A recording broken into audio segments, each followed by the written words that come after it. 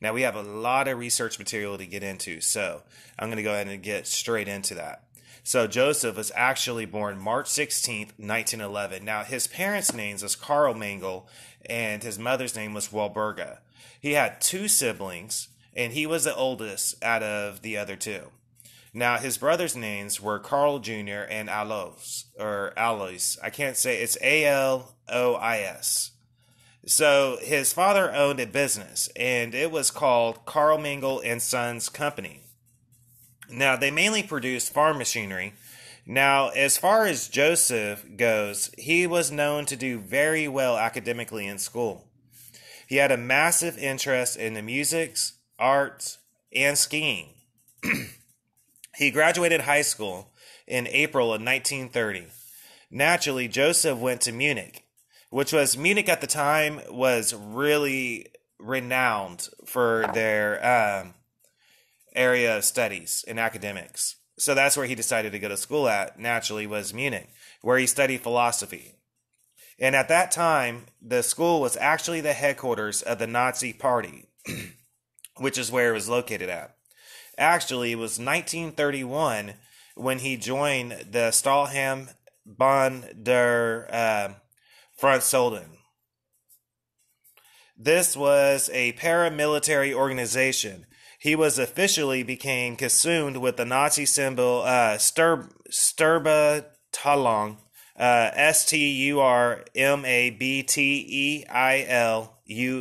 Sorry about the punctuation. I don't speak German that well, so. The Storm Detachment SA in 1934. No more than 4 years later, about 4 years later, so it was no more than 4 years later that in 1935, Joseph earned his PhD in anthropology from the University of Munich. 2 years later, in January of 1937, he worked for Dr. Otmar von Verscher. Now, I want you to keep in mind that Dr. Otmar will come up, or Otmar, will come up quite a bit in this podcast. And he was the head at the Heredity, Biology, and Racial Hygiene in Frankfurt, Germany. Now, his boss had a very big interest in twins.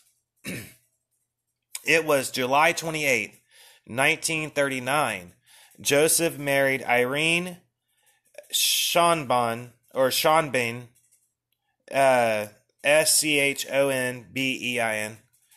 They met while working together as medical residents in Lipenza. Joseph had only one child. Okay, now this is true. He only had one child, his son Rolf, who was born in 1944. Now, he's going to come up quite a bit, but I want you to keep in mind that he also disowned his family. His son did. But we're not going to get into that just yet. So, hold on one second.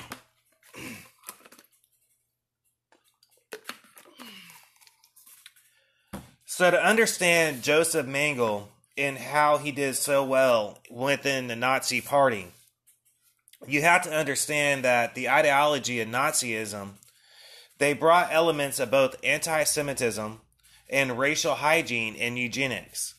Now, this was Joseph's field of expertise, as it happens to be. However, they took those and combined them with pan-Germanic and traditional expansion with the goal of attaining more living space for the Germanic people. Now, Joseph joined the Nazi Party in 1937 officially, and the SS Protection Squadron in 1938. Also, in 1938, he received basic training with the Light Infantry Mountain Troop. He was called to service in the Nazi Armed Forces officially in June of 1940. A couple months after the outbreak of World War II, he very quickly volunteered for the medical services in the elite Waffen SS. It was a combat arm of the SS, where he received the rank of second lieutenant. in a medical reserve battalion until November in 1940. Later, he was assigned to the SS Race and Settlement main office in Poznan, Poznan. He was in charge of elevating candidates for Germanization. Later, in June of 1941, Joesph was stationed in the Ukraine. He was awarded the Iron Cross, second class, January of 1942. He joined the 5th SS Panzer Division, Viking. He was again a battalion medical officer at that point. He really maintained his medical position no matter where he went in the field, but he did see combat. Now, he actually rescued 2 soldiers from a burning tank. He was decorated the Iron Cross First Class, the wound badge in black and metal for the care of the German people. He got so badly wounded in action near Rostov-on-Don, that he was declared unfit for further service.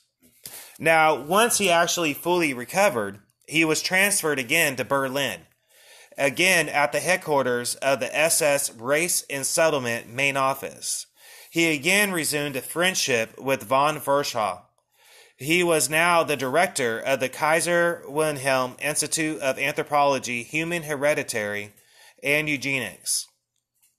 So it was very soon after that Joseph was promoted, this time to captain, in April of 1943.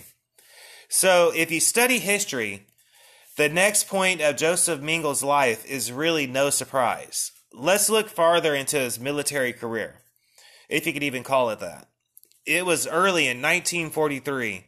Dr. von Verschall managed to convince Dr. Joesph Mengele to apply for a transfer to the concentration camp service at Auschwitz. When he was appointed a SS Chief Medical Officer at Auschwitz, Chief Physician at the Romani Family Camp at Berkow, it was a subcamp located on the main Auschwitz complex. So because of this doctor's recommendation, he quickly got all that rank. I mean, he was set up as soon as he got there. He walked in fully in control. So the SS medical doctors did not administer treatment to the Auschwitz inmates directly. However, they were responsible to supervise the activism of inmate doctors. So they would use Jewish doctors that were inmates to actually treat the other inmates because they were afraid of diseases and other things. So they would really try hard not to touch them. They were forced to work in the camp medical service as part of their, enslavement. One of Joseph's main duties was to make weekly visits to the hospital barracks and ordered any prisoners who were not recovered after 2 weeks of treatment to death at the gas chambers. Joesph also had to carry out a task that he chose to perform even when he was not assigned to do so, in hopes of finding subjects for his experiments. So really quick, I want to point out what the research material is actually stating at this point is that Joesph took great pride in the selection process, while other doctors even testified that they did not enjoy the task of selecting people to go to the gas chambers or to perform work duties, and on top of that, to select what they were medically capable of working before going to the gas chambers. Joesph was known to actually whistle a tune while selecting them. All right, so we're going to keep moving forward. He really was focused on finding twins, however. This never left this principle. Most SS doctors viewed selections of their most stressful and unpleasant duties to do. And this is what I was just stating. Joesph took the task with great flamboyance. And he would often whistle show tunes while smiling and selecting them. Joesph was also responsible for supervising the administration of Zyklon B, the cyanide-based pesticide that was used for mass killings in the gas chambers. So you're starting to see why he was nicknamed the Dr.Death at this point. Joseph served in the capacity of the gas chambers in the crematoria 4 and 5. So the next part, again, if you know history, then it is not surprising whatsoever. An outbreak of Noma, or Gangelin's bacteria disease, of mouth and face struck at the Romani camp in 1943. Joseph launched a study to determine the cause of the outbreak immediately. He had a Jewish doctor named Dr. Berthold Epstein, a Jewish pediatrician and professor at the Prague University.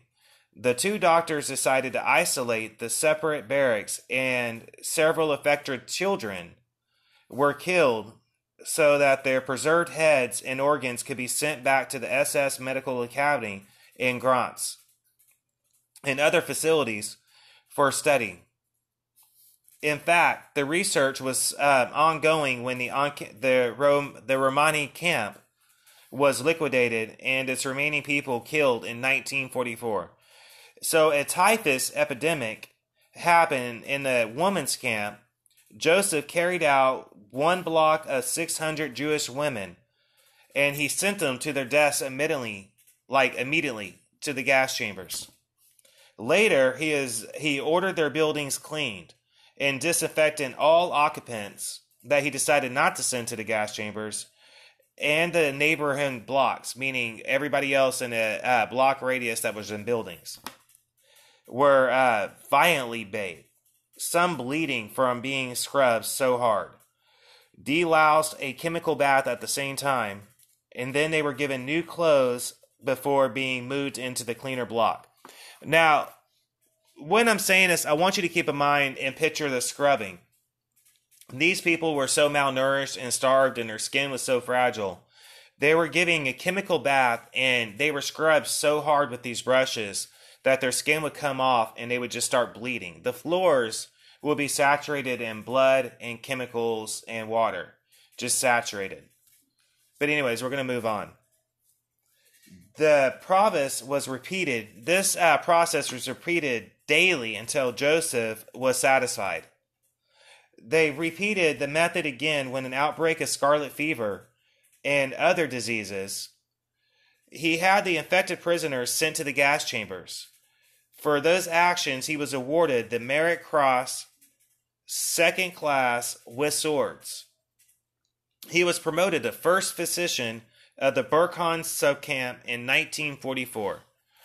It was widely believed both Josef Mengele and the other doctor back in Berlin, his mentor, wanted Joseph to be stationed there, to better their and further their experiments, what they consider their medical experiments. In fact, it is a fact that Joseph did just that exact same thing. Joseph continued his anthropological studies further and research into heredity, using the inmates for his inhuman experimentations. This next part, in fact, his medical procedures showed no consideration for human health, or the safety, or physical and emotional suffering of the victims as a whole. He focused greatly on sets of twins of children, or twins in general, and people with heterochromy, heterochmai,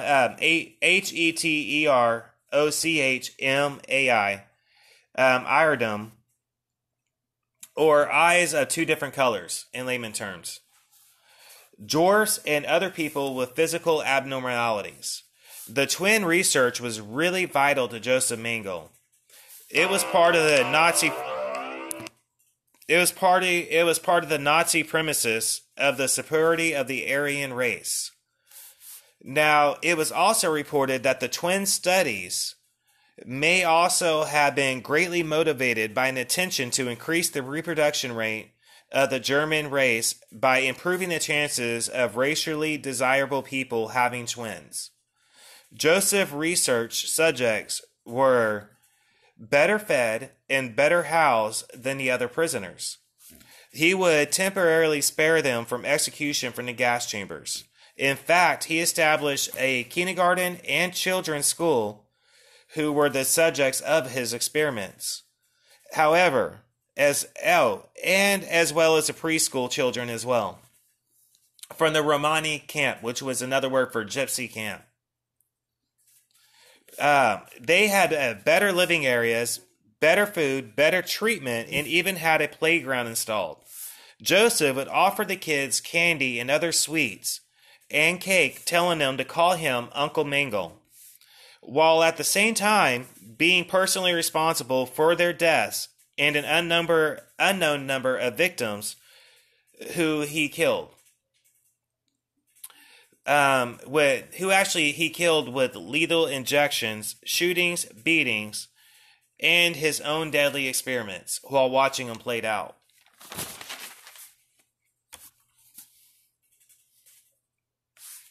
All right, so this next part again probably won't be that surprising. Even when one former Auschwitz Jewish doctor said he was capable of being very kind to the children, only to have them start to like him, to bring them sweets, really to think of all the small details in their daily lives that a child would like somebody to pay attention to, and do all those things that most people would really admire in a person. But at the very next minute, lead them off to the crematoria and add the same children tomorrow or even in half an hour later, he was going to send them there. I guess with that being said, that is where the abnormally lay.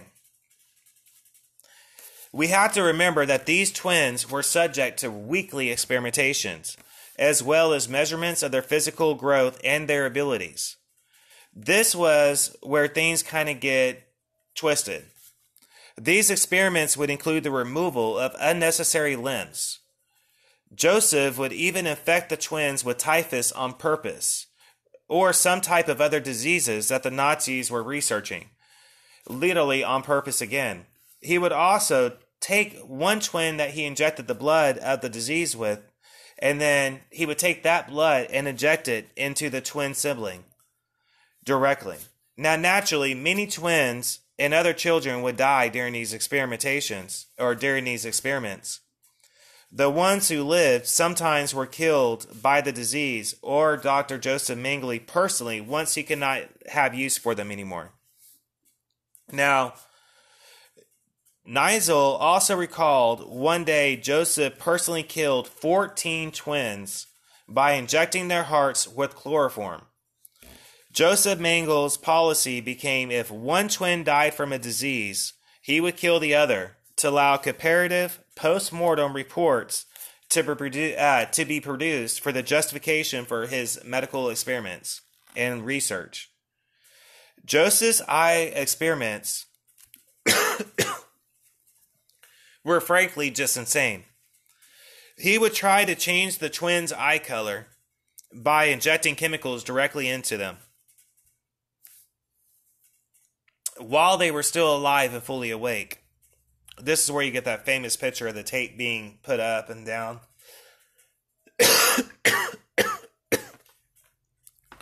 So he would kill anybody with multiple color eyes so that he could actually remove their eyes to be sent off to Berlin for further study and analysis.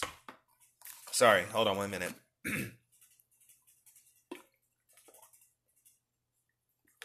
Allergies, man. Just killing me now. Alright, so now Joseph's other accession, and this one I found kind of interesting, was dwarfs and other people with physical abnormalities, including measurements, taking blood, extracting their teeth, again, while they're alive, and treatment with drugs that they did not necessarily need to see the effects on them, and as well as unnecessary x-rays. And you got to understand, when I say unnecessary, he was sending for multiple x-rays back to back without stopping. And you can do the math on that one. Radiation is what it has to do with. So many of his victims were sent to the gas chambers in about 2 weeks or so of starting medical experiments. Their skeletons were actually removed and sent to Berlin for further studies. Josef Mengele would seek out pregnant women on purpose so he would perform experiments before making them go into the gas chambers. One witness, Vera Alexander, stated that Josef Mengele sewed two gypsy twins together, back to back directly, in an attempt to create enjoined twins. Both the twins died of gangrene after about several days of suffering.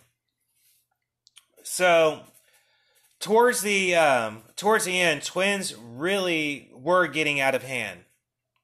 His research on it.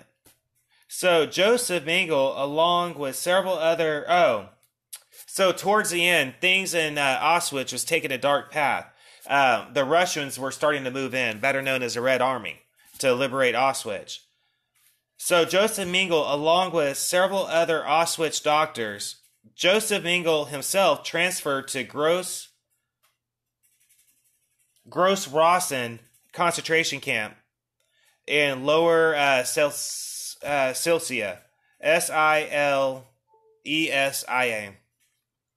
So on January 17th, 1945, taking with him not one but two boxes of specimens and records of his experiments in Auschwitz. Most of the camp medical records were destroyed by the SS by the time that the Red Army liberated Auschwitz in January 27th, 1945. Josef Mengele managed to flee Gross-Rosen on February 18th of 1945, just 1 week before the Soviets arrived there. Before he traveled westward to later in Czechoslovakia, disguised as a Wehrmacht officer. This time he temporarily entrusted his incriminating documents with a nurse with whom he had recently got romantically involved with. Josef Mengele and his unit hurried west to avoid being captured by the Soviets. However, they were taken by the Americans June of 1945 as a prisoner of war. Although Josef Mengele was registered under his own name, he was not identified as being a major war criminal due to the lack of communication between allies, meaning between Russia and America. And this had to do with the distribution of the wanted list.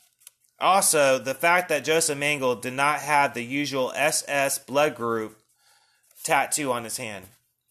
He was later released under the name Fritz Vellman, later altered to read Fritz Holman, at the end of July. After several months on the run, he eventually returned to the Soviet-occupied area to recover his Auschwitz records. He even worked as a farmhand near Rosheim.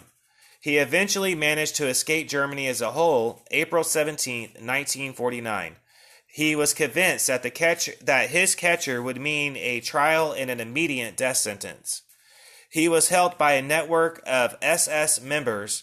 He used the Rat Line to travel to Geneva, where he managed to attain a passport for an international committee of the Red Cross under his alias Helmut Grager. He sailed to Argentina directly July of 1949. His wife flat out simply refused to leave with him, and she officially divorced him in 1954.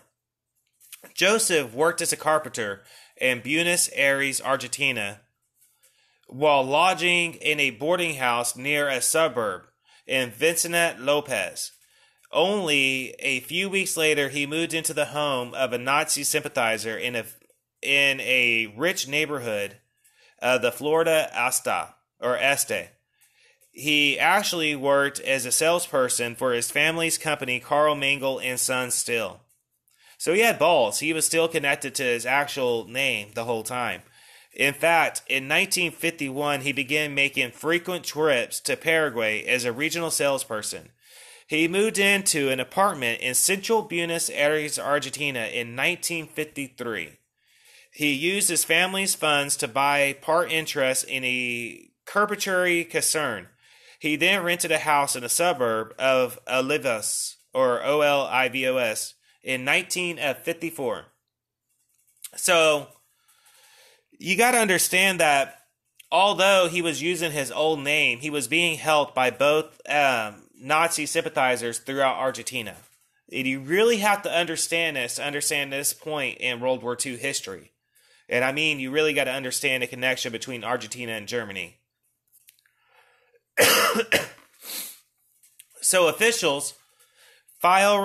official files released by the Argentinian government in 1992 indicate that Josef Mengele had been practicing medicine without a license, including abortions, and eventually the Argentinian government managed to get a copy of his actual birth certificate from the West German embassy in 1956. So then issued Josef Mengele a former residence permit under his real name. He then attains a West German passport and he leaves to Europe. He meets his son Wolf for the first time, but his son Wolf was told that Josef Mengele was his uncle, Franz.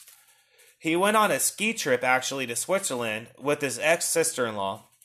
He also spent a week in his hometown of Günzburg, Germany. Josef Mengele, his sister-in-law Martha, they eventually moved to Argentina. They officially married in 1958. While on vacation in Uruguay, they bought a house together in Buenos Aires, Argentina. Joseph would attain part ownership of a Fedro farm, a pharmaceutical company. Once he was questioned by Argentine police for a death of a teenage girl in a really badly botched abortion attempt. He feared that his Nazi background and wartime activities would eventually be discovered, so he went to Paraguay. He was granted citizenship there in 1959 under the name Josef Mengele. He returned to Buenos Aires, Argentina several times to settle his business affairs and to visit his family. Although Josef Mengele was brought up several times during the Nuremberg trials in the mid-1940s, Allied forces simply thought that he was already dead, so they didn't officially launch any real investigation to find Josef Mengele. They just assumed that he had died whenever the Red Army had got there. So in May of 1960, Ezer Hurl, director of the Mossad, personally led the successful arrest of Adolf Eichmann in Buenos Aires, Argentina. He was hoping to track down Josef Mengele directly. Eventually, he abandoned his search. Naturally, Joseph contacted Nazi supervisor Wolfgang Gerhag, who helped Joseph go over the border directly, and hid him on his farm. Mengele bought the farm for the family helping him. So the farm basically wasn't this families that were sympathetic to the Nazis. Josef Mengele bought the farm for them because they helped him, striking an immediate connection to him. So, 1969, Josef Mengele and Stompers purchased a farmhouse in Capiz with Joseph as half owner himself. Josef Mengele's health, he really started to grow really bad and since 1972. So he officially suffered a stroke in 1976 and because he had high blood pressure and he had an ear infection that affected his balance. So February 7th, 1979, he suffered a stroke while swimming and he drowned. Josef Mengele was buried under the fake name he had been using, Wolfgang Gerhag. Some other names that he was known to use during this time was Dr. Frostad Rondon, Senior Josie Alvarez Aspusu. Later, in an ironic twist, I find this next part an ironic twist because you got to remember that Josef Mengele was experimenting on people and removing their skeletons back in the day. Remember that? well, goes around, comes around, so they say. 1992, DNA testing confirmed that Josef Mengele's identity, but the family members of Mengele's flat out refused requests from Brazilian officials to return Josef Mengele's remains to Germany. So his skeleton eventually was removed, and it's stored at Sao Paulo Institute for Forensic Medicine, where they use it as an educational tool for forensic medical courses at the medical school in the University at Sao Paulo. All right, so I hope I have time to do a little bit of free thought here. That was a lot of research material. Now, when you look at Josef Mengele as a whole, you have to look at somebody who was obsessed with medical experimentations. This man brutally massacred thousands of children. And I mean thousands of children. And he managed to escape through his wealth gained on the Nazi Party during wartime activities to Argentina. And a part of the research material that wasn't stated is it's rumored that on top of that, whenever he was experimenting, that he was constantly working without a medical license throughout Argentina and other areas that he can manage to get to. There was a mass number of Nazi sympathizers all over Argentina that helped the rat line with high-ranking Nazi officials and would set them up with houses over time. But I want to retract back farther. Josef Mengele was twisted in the head, I believe, from a very young start. Once he got a taste of blood during wartime. Hold on one second. Once he got a taste of action during wartime, I believe that it made him very, very cold. Even more colder than what he already was, because I believe he was already mentally messed up in the head from Jump Street. I believe one would have to be able to do the things that the Nazi Party actually did. As far as the medical experimentations go, these weren't medical experiments. These were torture experiments. People were used as guinea pigs. The Nazi Party would do things such as dump bodies in freezing water, sub-zero water. You're talking multiple sub-degrees down. Down there forming ice around their inmates to see what would happen if a German Nazi pilot would fall during a crash over like Antarctica or Alaska or somewhere like that. So although they called it medical experiments, it was just mass genocide and murder. That's just the brutal, cold, honest truth about it. And you could try to wipe it away if you want to.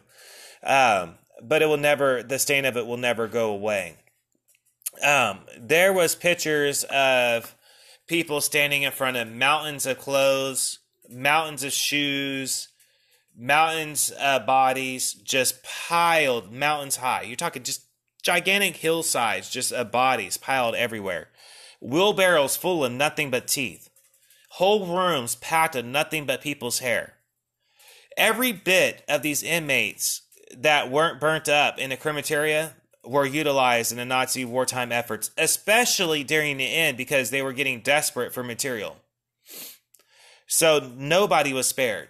Josef Mengele took very, very much from Jump Street, like the research material stated. While other doctors didn't necessarily enjoy the task that they had to do at Auschwitz, Dr. Mengele did.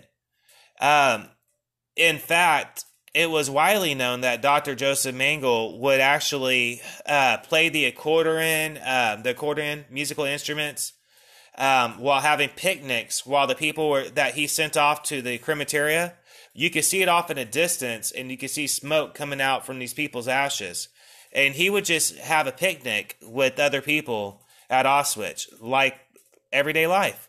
So at Auschwitz, you had the inmate compound area, the concentration camp, and you also had a whole other area that was like a little village that the Nazi officers and soldiers and stuff like that would actually live at.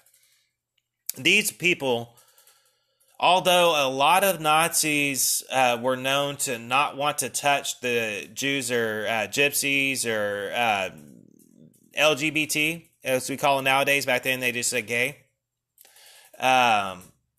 All of those people weren't spared. Josef Mengele was killing children, infants, pregnant women, disabled people, Jews, gypsies, anybody that the Nazis locked up, and gays and everything. I'm talking like Nazi soldiers were known to brutally massacre, especially men that were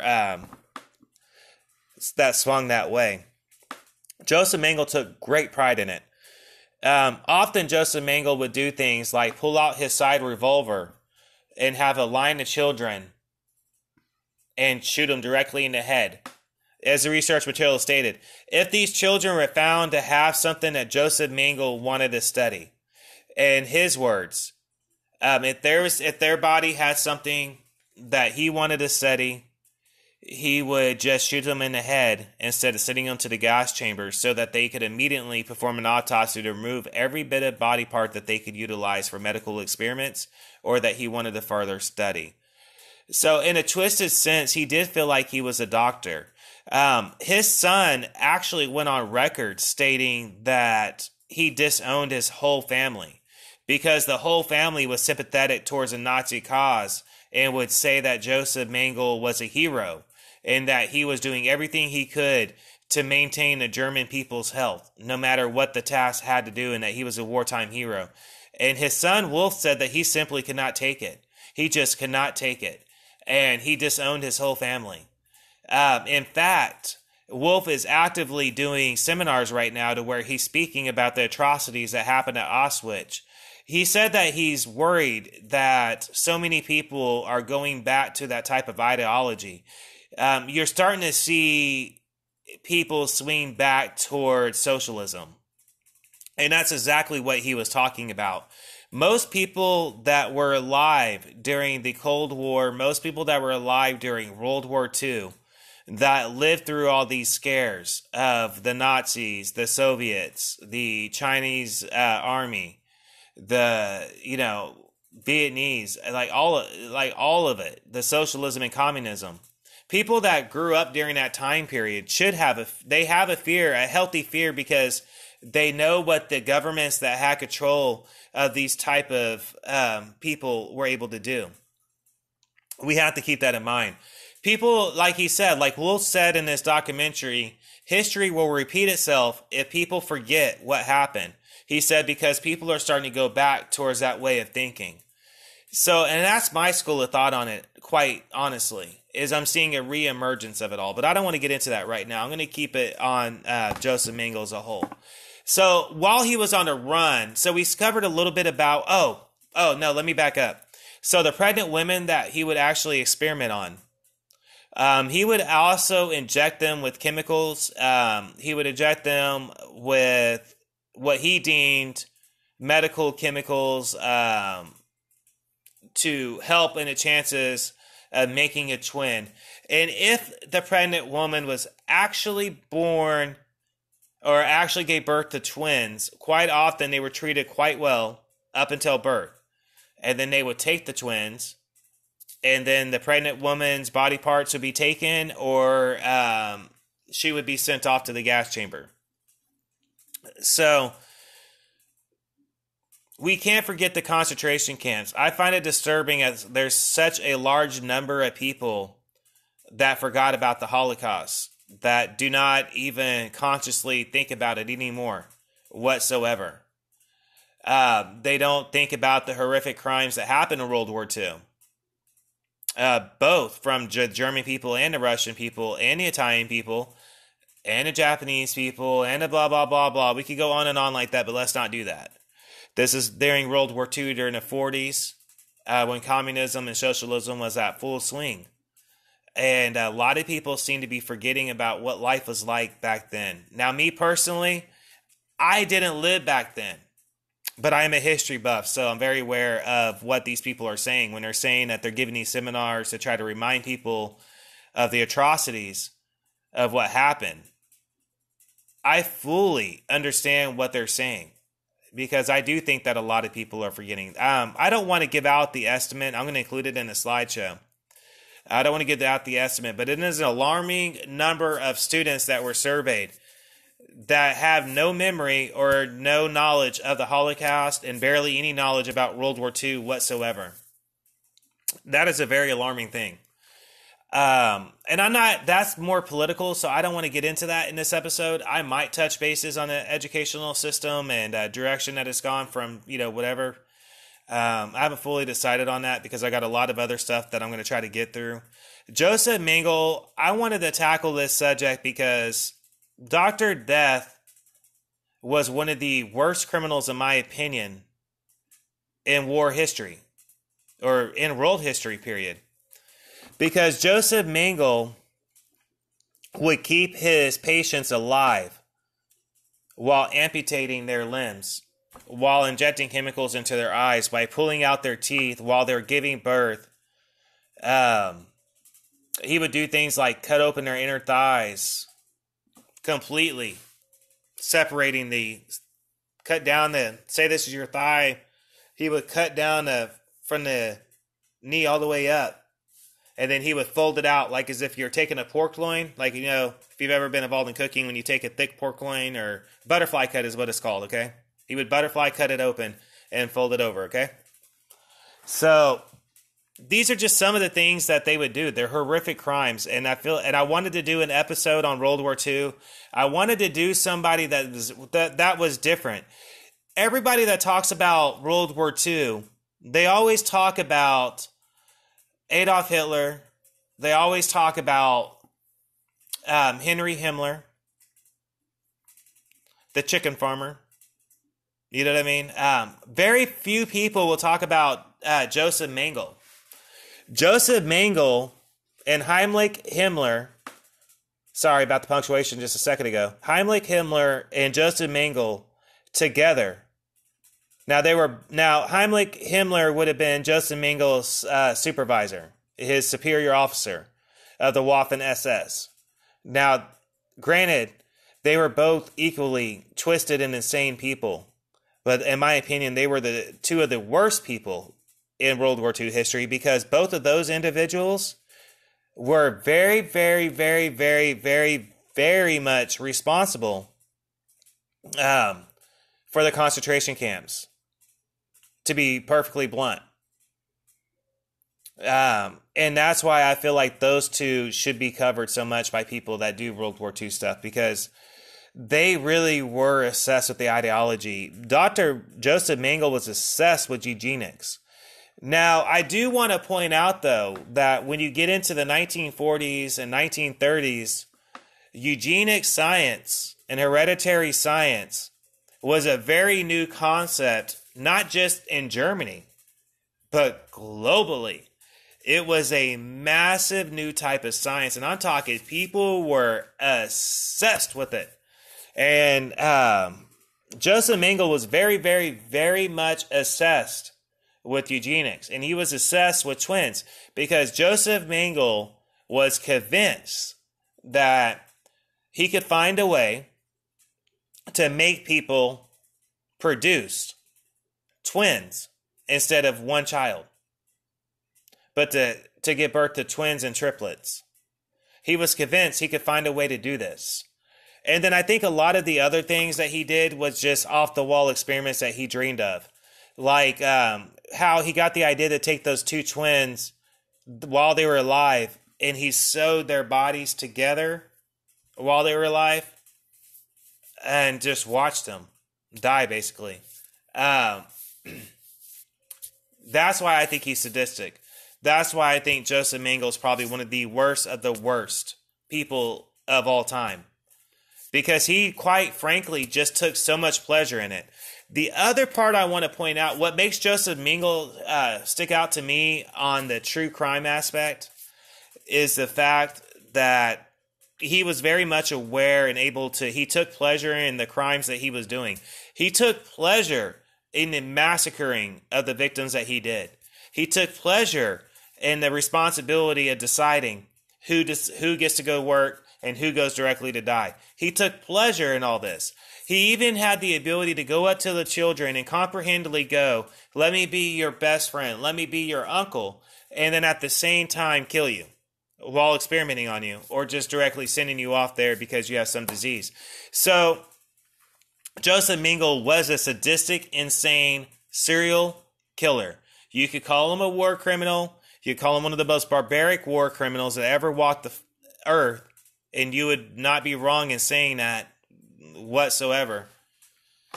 But even farther, before I run out of time, Josef Mengele went on to do his medical experiments, like I was saying earlier, in Argentina, and I want to say Chile as well, with other Nazi doctors that managed to escape through the rat line. They constantly were experimenting on the people of Argentina and other countries that have sympathizers towards the Nazis. And so his research continued, is what I was saying. As twisted and effed up as that is, he was able to live quite a long life before he was captured. And I find that very, very distasteful. I mean, I just think it's so wrong. The only bonus in Josef Mengele's so-called catcher was really Josef Mengele's body was finally discovered and identified. The only real justice that I feel like his victims got was the fact that Josef Mengele was so afraid and so petrified of diseases and famine. Just, he was so petrified of catching something from an un-German, from an inferior person. He was so petrified that I think the only justification that he got, the victims got, I should say, the only justification the victims of Josef Mengele got was the fact that Josef Mengele's skeleton, just like what he used to do, Josef Mengele would order that these people's skeletons be removed, sometimes while they were alive, from what I understand. I don't know how that would happen. I don't even know how that would work. I really don't. But anyways. But, whenever his body was discovered, now every single day, the same people that Josef Mengele despised, the same people that Josef Mengele in his lifetime hated and could not stand, the same people that he despised, that he would just want to spit on, that he considered inferior in every single way. They're just inferior in every single way. Those same people, they get to do experiments on him now. They're using his bones like as if he was just a tool, like he's not even a human. He's just a medical device to show me where the neck bone lies with the, you get what I'm saying? Like, I kind of feel like that's justification for the victims in a way. And if I'm wrong, I apologize, but I do feel like that's justification in the victims in a way, because he despised these people. You know what I mean? So I feel like he's just rolling around wherever he may be, wherever his spirit may be, and just agonizing over that. You know what I mean? All these years, he did all this work. He did all of this work. Now, granted, he was actually very intelligent.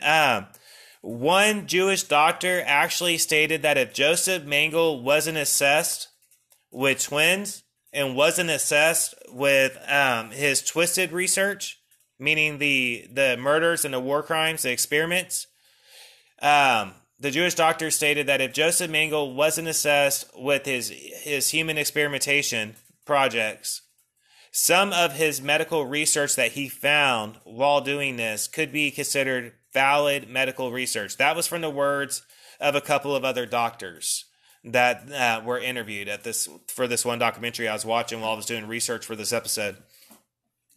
Even still, I believe Josef Mengele was a serial killer.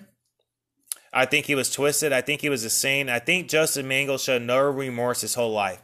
To be able to do all these atrocities that he did, and he was afraid of his death. I want you to keep that in mind, that Josef Mengele probably did live in fear for the rest of his life. Josef Mengele was so afraid of his life being taken for his war crimes that he probably did live a life of fear, although it was a life of wealth at the same time. That's the part I don't like. And I don't think any rational person can sit here and honestly say that after all the horrible, effed up things that he did, I hope that he actually had a decent life. No, that's not what you say. That's not human instinct. I don't care who you are.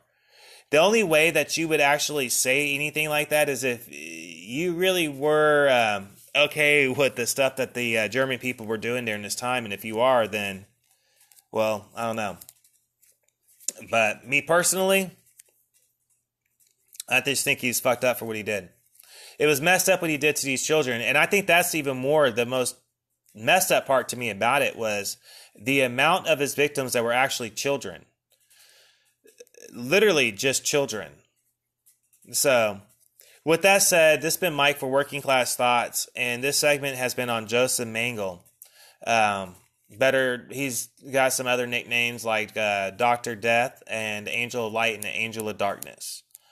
Now, I might do some future podcasts on World War II, but when I started looking into it and realized how many people have forgot the crimes that occurred during World War II, the atrocities that happened, and I saw how many people in the world were interviewed or surveyed and simply said, who gives an F?